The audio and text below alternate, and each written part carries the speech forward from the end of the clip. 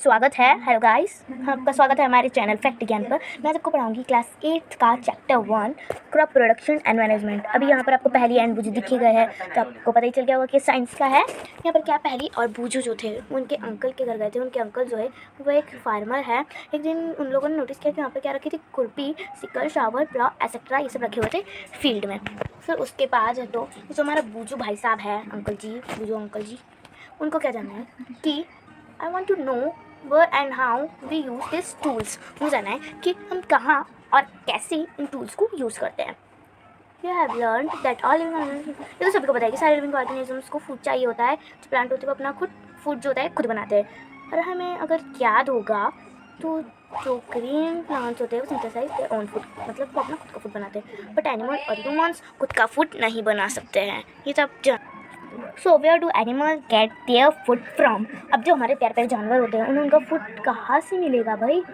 तो फिर यहाँ दिया जाता है but first of all why do we have to eat food. हमें क्यों फूड खाना चाहिए? तो सभी को पता है भाई, यहाँ पर लिखा भी है कि एनर्जी के लिए फूड हमें चाहिए होता है। और जो हमारे वर्क होते हैं digestion, reproduction and respiration and excretion, including excretion, ये सब कुछ का इस चीज़ के यूज़ होते हैं। ये इसके लिए हमें यूज़ करना पड़ता है हमारी प्यारी प्यारी energy. Since we all need food, how can we provide food to a large number of people in one country? अब हम large number of food केवल एक ये सिटी में कैसे करेंगे इतना सब कुछ हम?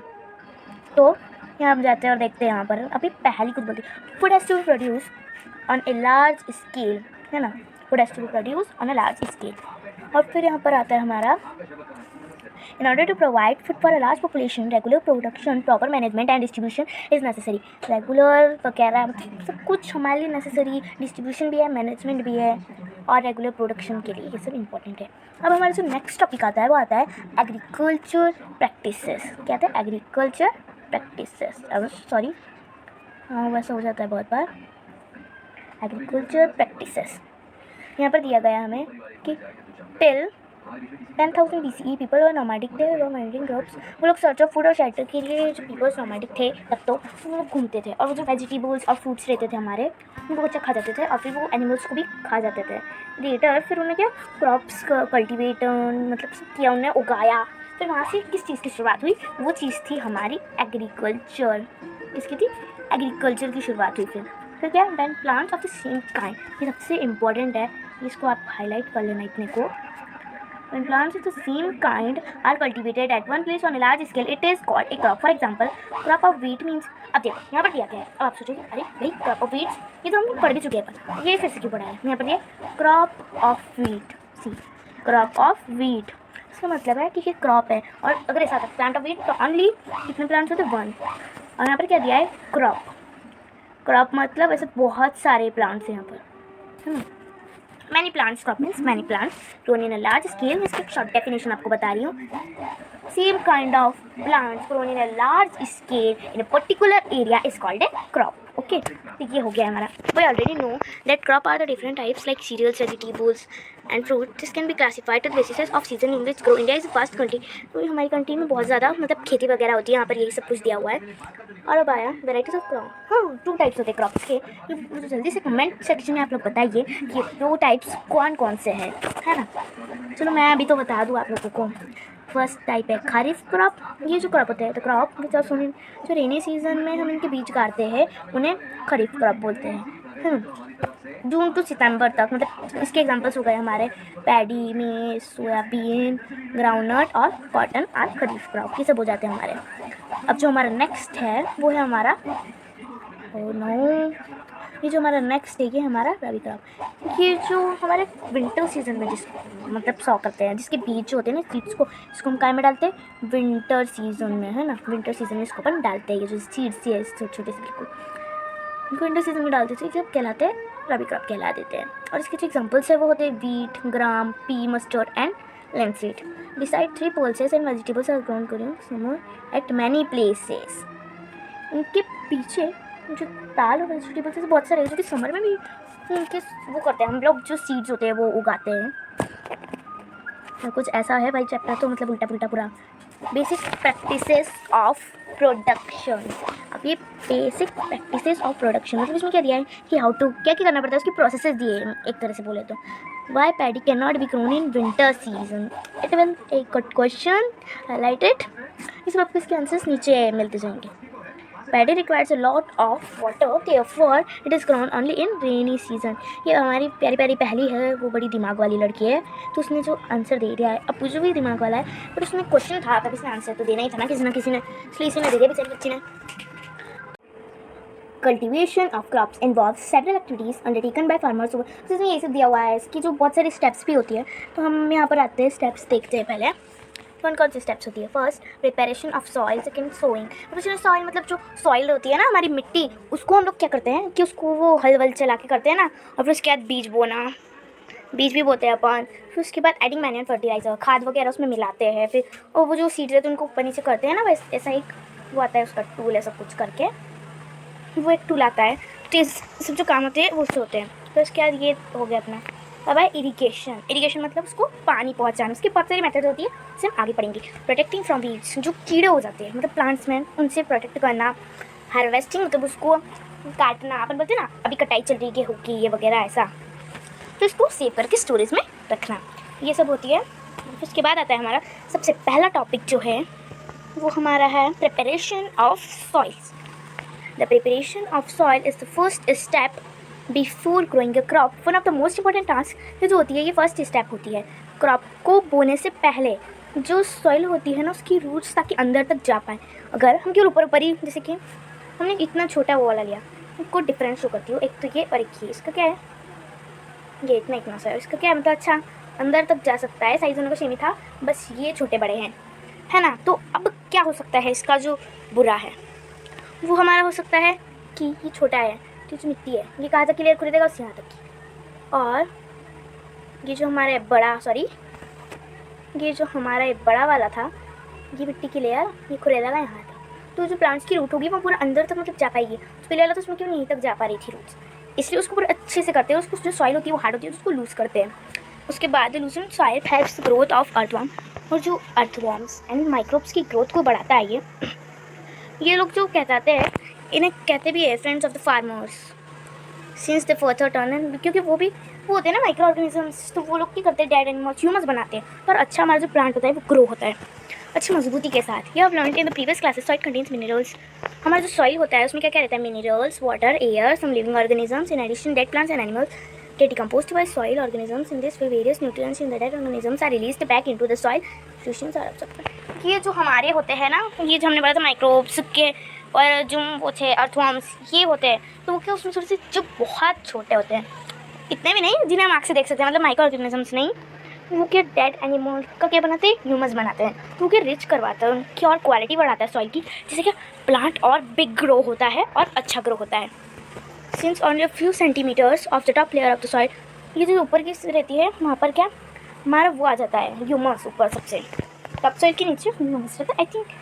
हाँ, turning and loosening of soil is very important for cultivation of crops. The process of loosening and turning of soil is called tilling and plugging. जो प्रोसेस होती है ये आप लोगों को लर्न कर लेना इतना। The process of loosening and turning of soil is called tilling and plugging. Okay, ये वाला आप लोग को लर्न कर लेना अच्छे से बिल्कुल। अब आता है हमारा प्लग्स आर मेड फ्रॉम, ये क्योंकि प्लगिंग से बोलते हैं क्योंकि प्लग एक टूल आता है। अब इसकी फ़ोटो आएगी आगे, मैं आपको बता देती हूँ अभी इस फोटो इसकी। ये हमारा प्लग, ये हमारा प्लग है, इसको बोलते हैं क्योंकि प्लग्स की टूल वो क्या वुड से बना रहता है या फिर आयरन से बना रहता है। सॉइल में जो लम्स आ सकते हैं, क्रम्स, मतलब वो ऐसे मिट्टी के लूठे बन जाते हैं ना, लाइक दैट वैसा वाला, तो it is levelling in the field in beneficial for sowing as well as irrigation. Levelling of soil is done with help of leveller. और जब सॉइल को ऊपर से फिर ऐसा करते हैं ना, थोड़ा ऊपर ऊपर का और अच्छे से लेवल करते हैं, तो उसको लेवलिंग बोलते हैं, और वो लेवलर की मदद से होती है। Sometimes manure added to the soil before tilling. कभी कभी तो ना टिलिंग करने से पहले उसमें मैन्यूअर डाल देते हैं, मतलब वो उसको जो होता है वो जिससे हल चलाते हैं ना, यही अभी जो चल रहा है हमारा, उससे पहले ही मैन्यूअर डाल देते हैं, फिर मिट्टी के साथ मिक्स हो भी जाते हैं, बाद में डाल सकते हैं, पहले भी डाल सकते हैं, और वो और ज़्यादा प्रॉपर होने में हमारे अच्छे करता है। यहाँ आ गए एग्रीकल्चर इम्प्लीमेंट्स, ये हमारा ये यूज़ करते हैं। फर्स्ट तो हमारा आ गया है मस्त वाला बिल्कुल प्लॉ, यहाँ पर दिख भी रहा है हमें, जैसे तो ऐसे बेल होना ही है, ये जो बैल है ये इसको ये जो चीज़ है इसको मिलकर कर रहे हैं। तो इसकी फ़ोटो हमें क्या देखने को मिल रही है पूरा, तो अपन को इसमें क्या क्या देखने को मिल रहा है, सोचो अब आप। देखो बीम यहाँ है, तो इसमें जो होगी इसको अपन बीम लिख सकते हैं। और ये प्लॉशाफ्ट और हो गया, सॉरी ये सब हो चुके हैं। ये काय का डायग्राम था हमारे प्यारे से प्लॉ का डायग्राम आ गया है ना। ये जो हमारा प्लॉ है ये यूज़ होता है उसको एडिंग फर्टिलाइजर्स के बाद जब हम इसे करते हैं तो, और इसको क्या हॉर्सेस कैमल्स बुल्स ये वगैरह खींचते हैं। और ये जो ट्रायंगल शेप की आयरन स्ट्रिप होती है कॉल्ड प्लॉशेयर, ये है हमारा प्लॉशेयर, ये हमारा प्लॉशेयर है। ओके और फिर अब लॉग ऑफ वुड से बना होता है, ये वही ऐसे सब चीज़ें उसके बारे में दिए कि कैसे बना होता है कैसा होता है।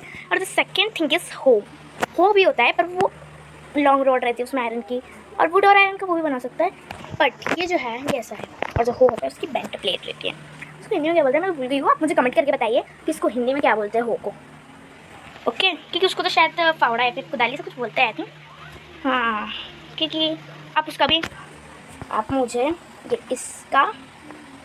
इसका नाम कमेंट में ज़रूर बताइए, प्लॉ का और हो का नाम हिंदी में। ओके आपको लग रहा होगा तो बिग वीडियो करिए फालतू में, अरे अभी क्या अब कौन इतना मेहनत करेगा ना, बैल को दौड़ाएगा, उसको इसके लिए चारा भी लाना पड़ता है, ये भी करना पड़ता है वो भी करना पड़ता है, बहुत सारे काम करना पड़ता है बैल वैल रखो तो उससे अच्छा क्या एक काम कर लो, कल्टीवेटर लो, cultivator driven by a tractor, ये है कल्टीवेटर आई थिंक।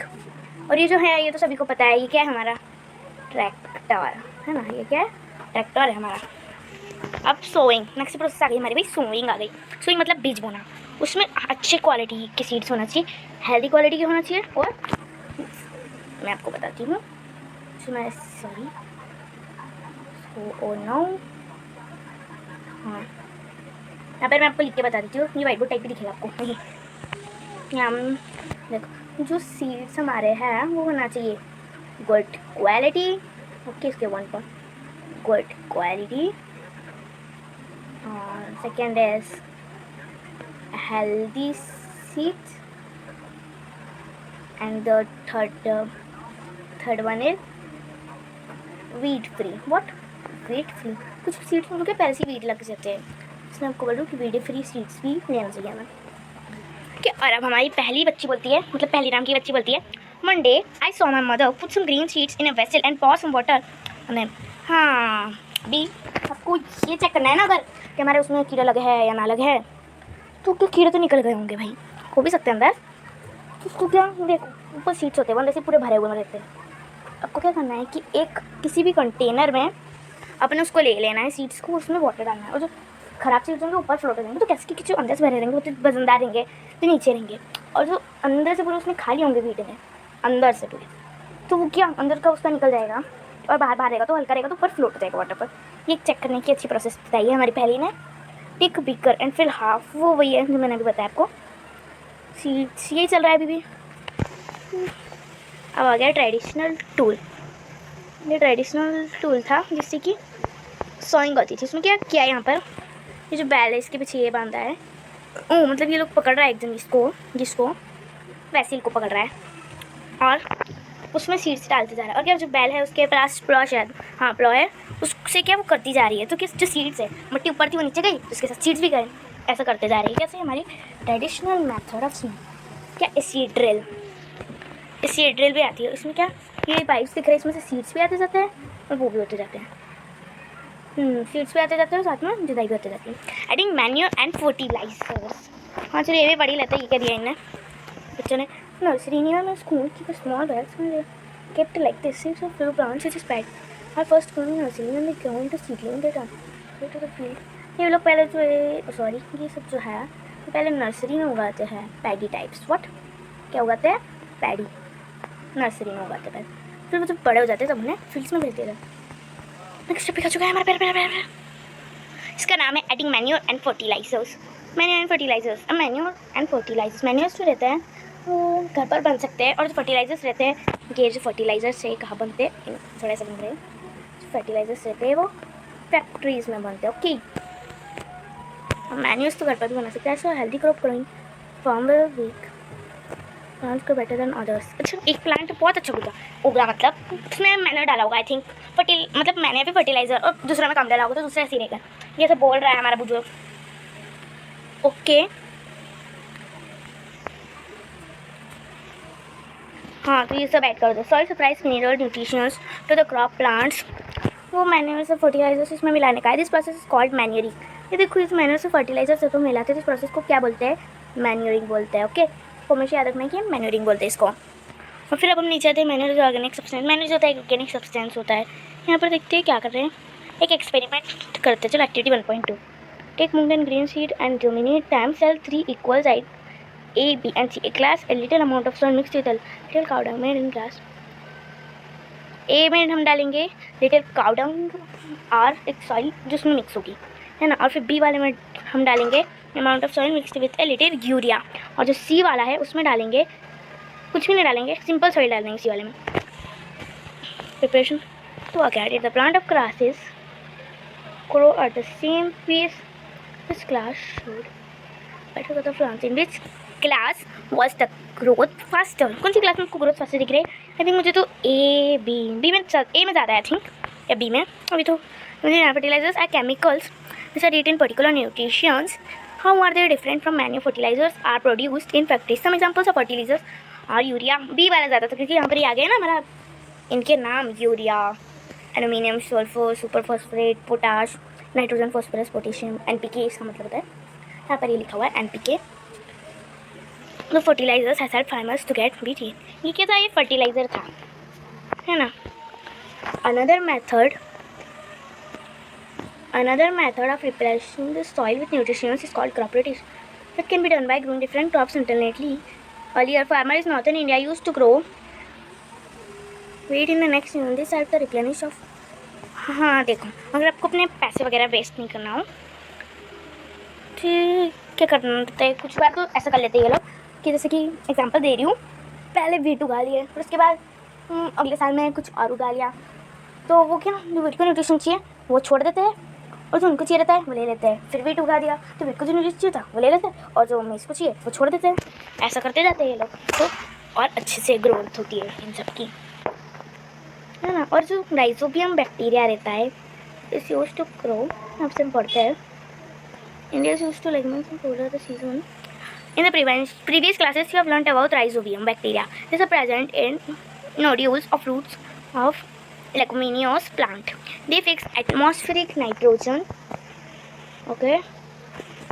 अरे राइजोबियम ये होता है, देखो जैसे कि हमारा ये हो गया है प्लांट, लीफ वाला, हाँ नहीं क्या हो गया, पूरी मिट्टी हो गई। उसकी जो ये रूट्स है, तो रूट्स में क्या है, ये नोड्यूल्स है, ये छोटे होंगे आई थिंक।